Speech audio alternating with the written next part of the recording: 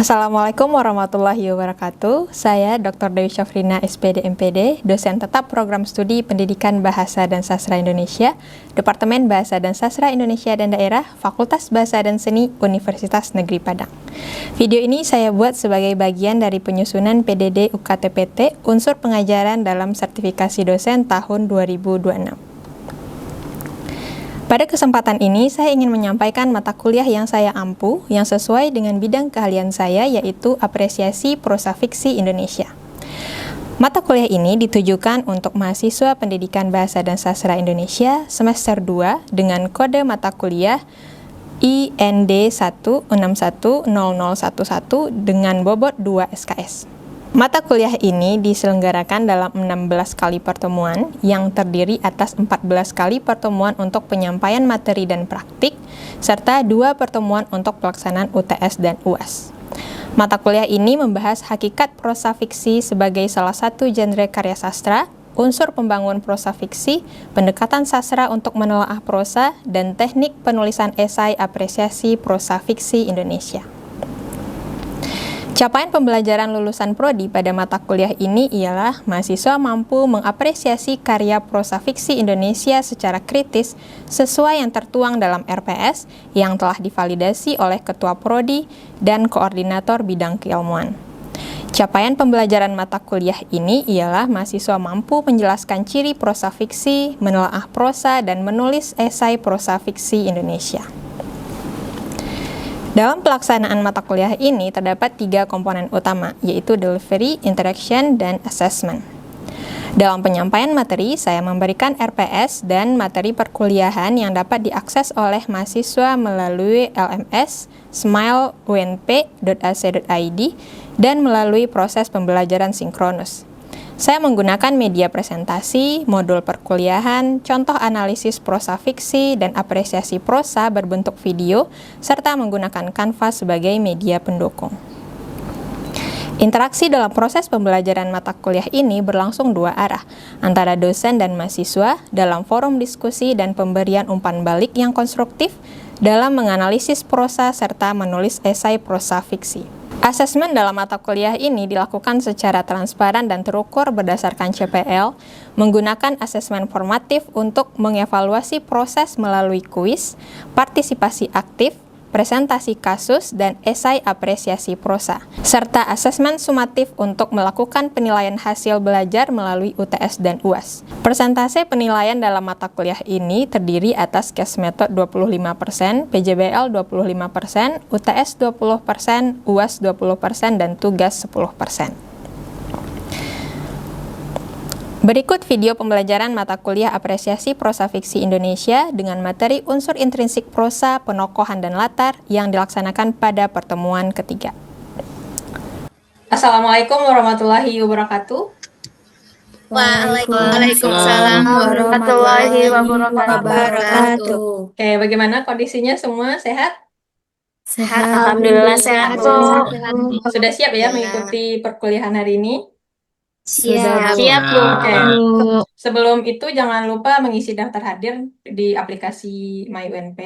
Kemudian pastikan Anda mencentang kehadiran di sana. Nah, Baik, Bu. ya. Baik, Bu. Oke, hari ini kita bertemu lagi di mata kuliah Apresiasi Prosa Fiksi Indonesia dengan materi penokohan dan latar.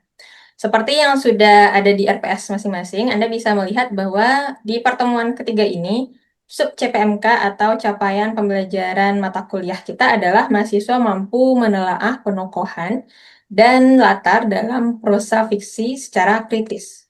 Nah, oleh karena itu, untuk mencapai tujuan pembelajaran ini, model pembelajaran yang akan kita gunakan adalah case method dengan metode diskusi kelompok. Sehingga nanti akan ada kegiatan diskusi kelompok di break room, dan tentu akan ada penilaian proses di sana. Saya akan menilai proses Anda dalam diskusi, partisipasi di kelas, presentasi hasil diskusi, dan juga nanti di akhir pertemuan ini akan ada kuis.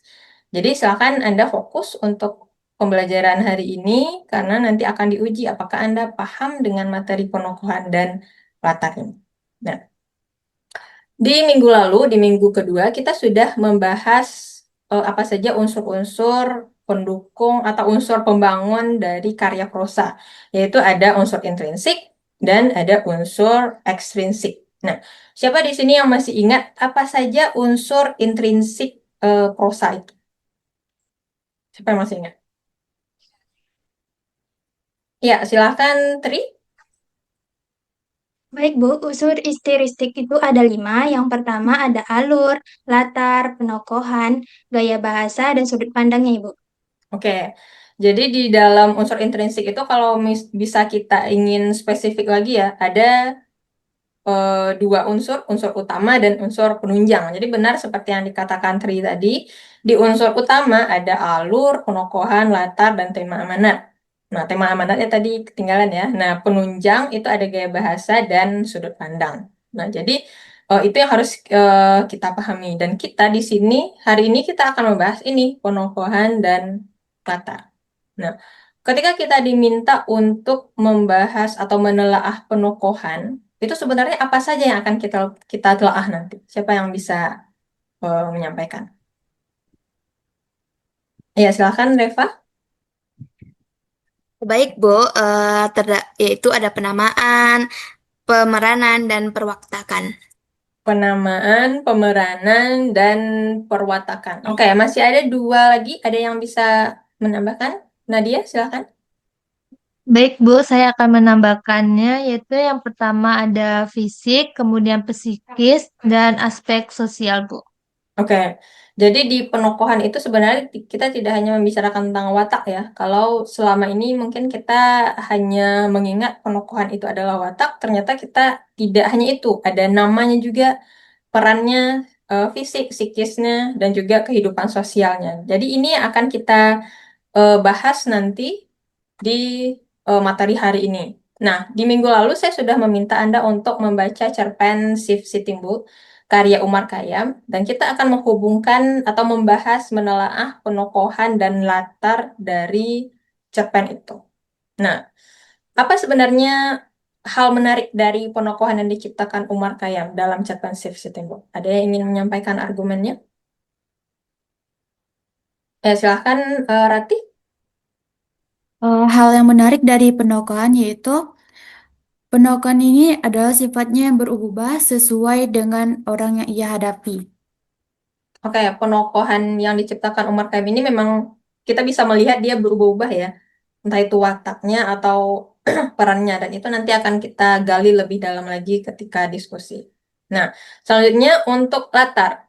Bagaimana penilaian Anda sebagai pembaca terhadap latar yang digunakan oleh Umar Khayyam?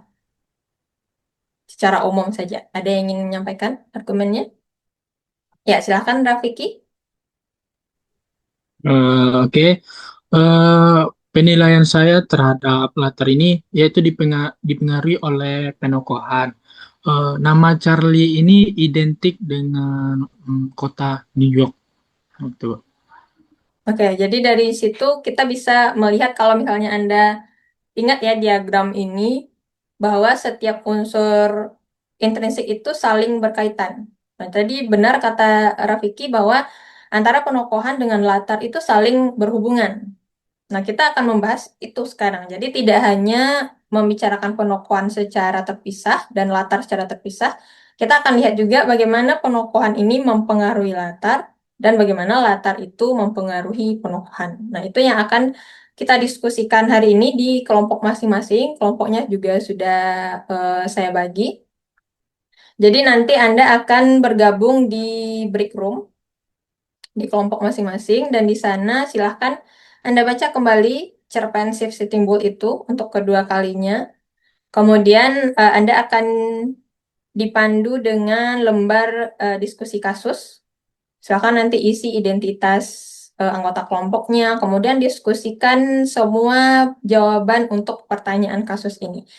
Dan nanti Anda juga akan, agar mudah untuk berargumen, agar kuat argumennya, Anda silakan melihat kartu diskusi yang juga sudah dibagikan. Dan nanti hasil diskusi itu akan dipresentasikan oleh perwakilan kelompok di ruang utama Zoom. Nah, sekarang kita akan diskusi di dalam break room masing-masing. Nah, silakan masuk ke breakdown yang sudah dibagikan. Baik, teman-teman, setelah kita membaca cerpen yang berjudul Chief Sitting Bull karya Umar Khayyam, gimana nih pendapat teman-teman mengenai cerpen tersebut? Mulai dari gelar atau penamaan tokohnya. Kalau dari aku, yang pertama, penamaan yang diberikan Umar Khayyam itu sangat unik. Nah, kalau teman-teman yang lain gimana? Bagus, itu bagus juga. Apalagi itu namanya juga sesuai dengan latar ceritanya gitu. Eh, Juga dari tokoh itu sesuai lah dengan hmm, tempat yaitu New York gitu.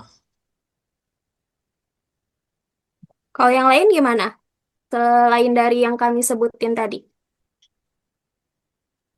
Dan dari nama Shirley juga sangat cocok untuk seseorang kakek yang dimana bersifat kekanak-kanakan.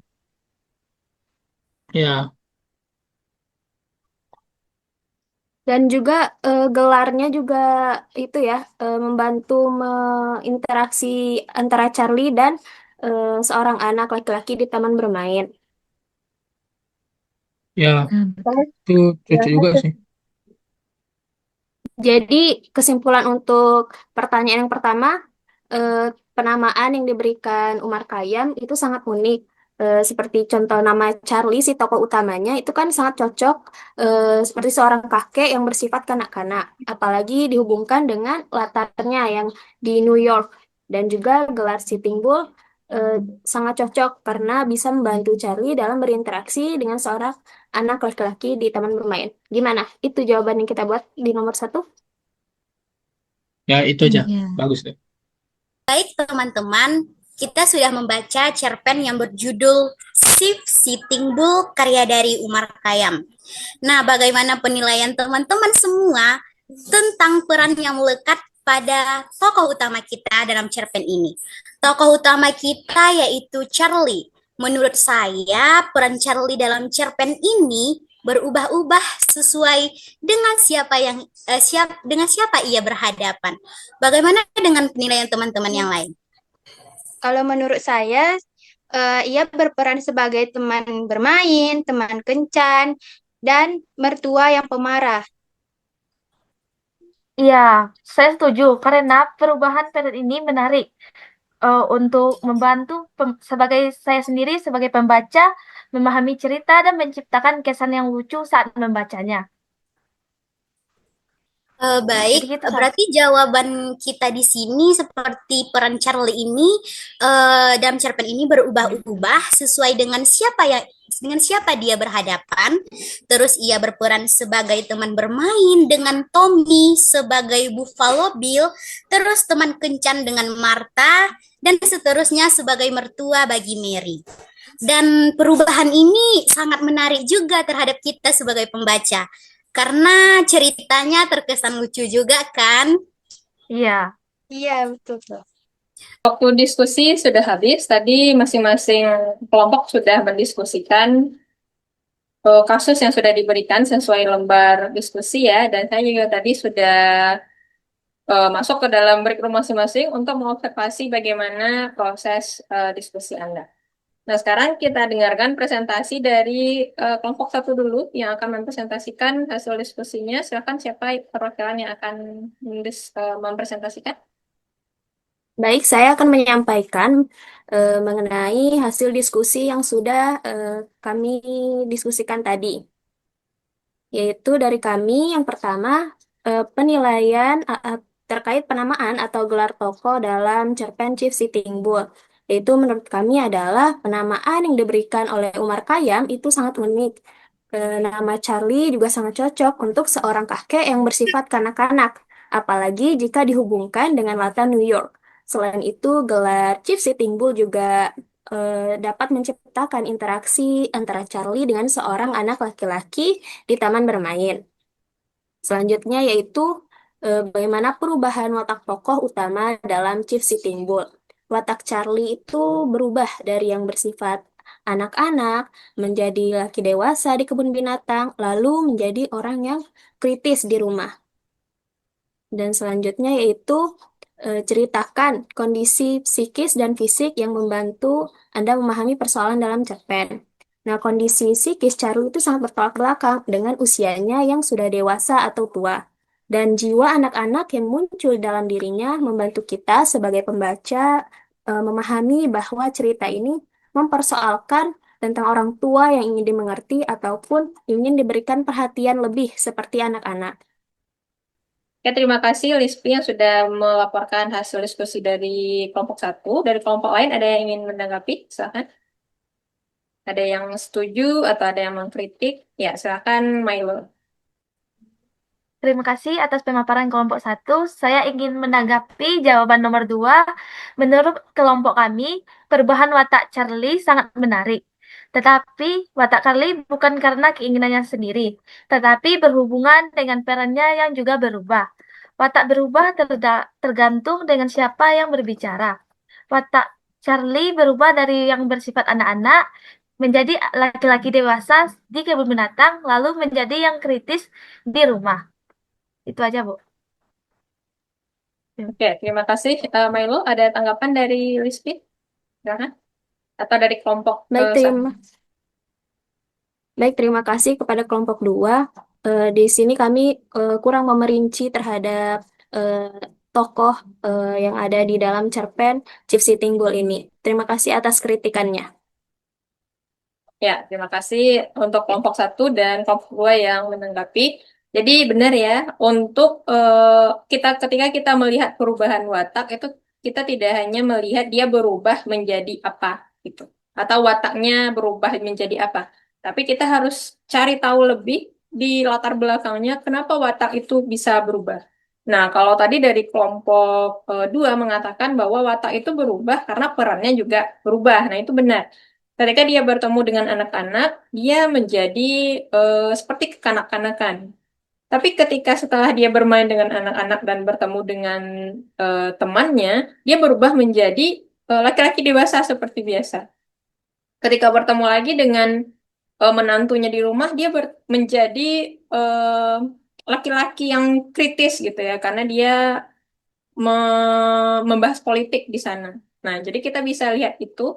Jadi ketika kita melihat perubahan watak tokoh, jangan lihat perubahannya apa saja, tapi kenapa dia bisa berubah. Itu yang akan membuat kita lebih paham bahwa penokohan itu saling berkaitan antara pemeranan wataknya juga kehidupan psikis dan sosialnya juga itu akan sangat berhubungan. Oke, terima kasih kelompok 1 sudah melaporkan.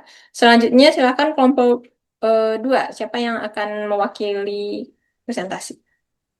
Baik, kami dari kelompok 2, ini adalah jawaban diskusi kami. Yang pertama itu tentang bagaimana penilaian tentang peran yang melekat pada tokoh utama. Jadi, peran Charlie dalam cerpen ini berubah-ubah sesuai dengan siapa ia berhadapan. Ia berperan sebagai teman bermain, teman kencan, dan mertua yang pemarah. Perubahan peran ini menarik karena dapat membantu pembaca memahami cerita dan menciptakan kesan lucu saat membacanya.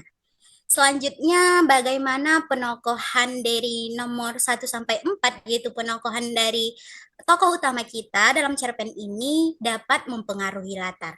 Yaitu penokohan mempengaruhi latar tempat dalam cerpen ini, nama Charlie sesuai dengan kota New York.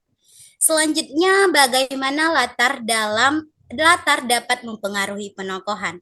Dalam hal ini, latar tempat atau kota New York sangat mempengaruhi penamaan atau gelar tokoh. Nama Charlie, Martha, Mary tidak akan sesuai jika latar ceritanya Indonesia. Selain itu, latar juga mempengaruhi tindakan tokoh dalam bergaul. Sekian itulah pemaparan diskusi kami. Baik, terima kasih Salsabila. Dari kelompok lain ada yang ingin menanggapi? Silakan. Silakan, Radiatul Zahra. Baik, izin menanggapi, Bu. Menurut saya, penokohan memengaruhi latar suasana dalam cerpen ini karena pengaruh penokohan yang paling mencolok ialah watak dan peran tokoh utama. Perubahan watak dan peran Charlie memengaruhi latar suasana yang awalnya bahagia, menegangkan, lalu berubah menjadi mengharap. Baik, terima kasih Zahra. Ada tanggapan dari kelompok 2? Baik, terima kasih tanggapannya atau kritik yang diberikan oleh kelompok 1 terhadap kelalaian kami terhadap latar dan penokohan tersebut. Baik, terima kasih kelompok 2. Jadi memang agak lebih rinci ya ketika kita melihat hubungan latar dengan penokohan itu ternyata tidak semua latar itu dipengaruhi oleh penokohan. Jadi kalau kita lihat tadi, penokohan itu memang akan mempengaruhi latar, tapi latar yang mana? Apakah latar tempat, latar waktu, apa latar suasana? Dan ternyata tadi dari hasil diskusi sudah benar ya dari kelompok 2 tadi menanggapi bahwa penokohan itu mempengaruhi latar suasana. Karena wataknya berubah-ubah tadi, suasananya juga berubah-ubah. Tapi latar tempat itu mempengaruhi penokohan, mempengaruhi namanya, mempengaruhi nama-nama tokohnya juga, atau cara bergaulnya juga tadi ya, dengan cara dia bergaul dengan wanita dewasa itu mungkin agak tidak tidak sering kita temukan itu kalau latarnya di Indonesia. Tapi kalau latarnya di New York dengan budaya Barat itu bisa-bisa saja seperti itu, seperti yang ada di Jepang. Nah, itu tadi hasil diskusi. Dari sini saya sudah bisa melihat, sebentar.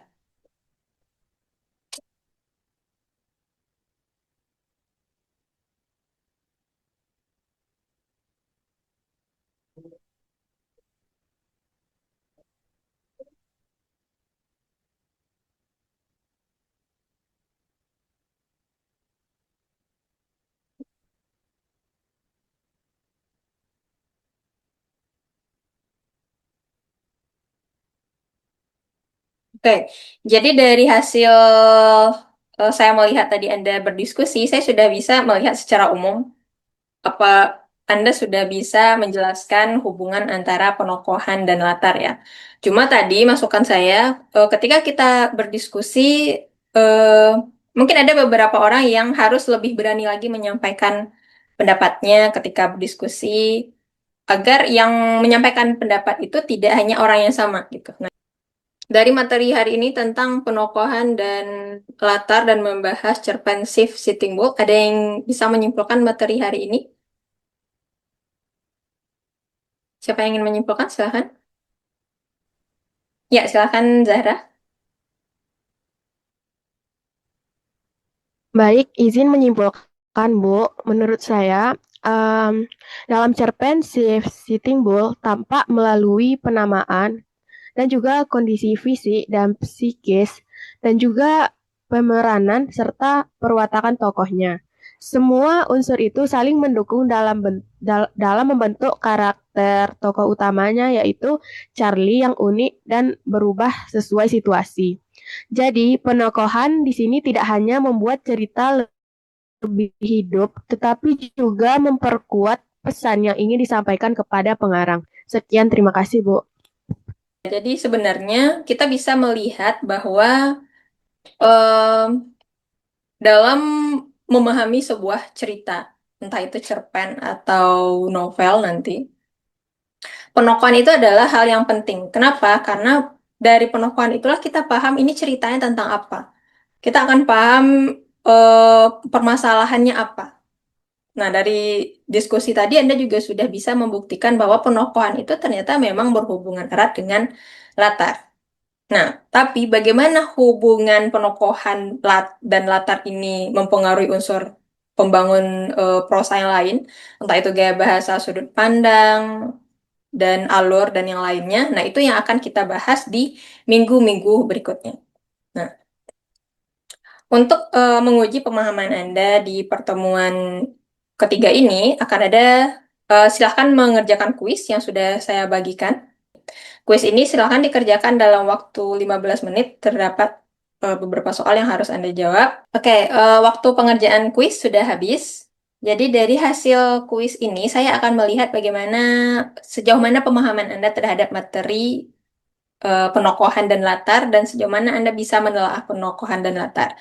Ini penting untuk memastikan Anda paham dengan penokohan dan latar, karena materi selanjutnya kita akan membahas alur dan membahas sudut pandang dan gaya bahasa, itu akan sangat berhubungan dengan penokohan dan latar ini. Pekan depan, silakan Anda baca materi tentang alur sebagai unsur pembangun prosa, kemudian pilih satu cerpen yang menurut Anda alurnya menarik, dan buat penilaian Anda dalam laporan bacaan dan ceritakan itu pekan depan di kelas. Sekian perkuliahan kita hari ini. Semoga minggu depan Anda sudah bisa lebih aktif lagi ketika diskusi, berani bertanya, dan memahami materi yang akan dipelajari. Nah, jadi jangan lupa minggu depan juga tetap membaca materi tentang alur agar Anda juga aktif berpartisipasi di kelas ketika kita membahas alur ya. Baik, terima kasih semuanya untuk hari ini. Assalamualaikum warahmatullahi wabarakatuh. Demikian video pembelajaran mata kuliah apresiasi prosa fiksi Indonesia yang saya ampu. Assalamualaikum warahmatullahi wabarakatuh.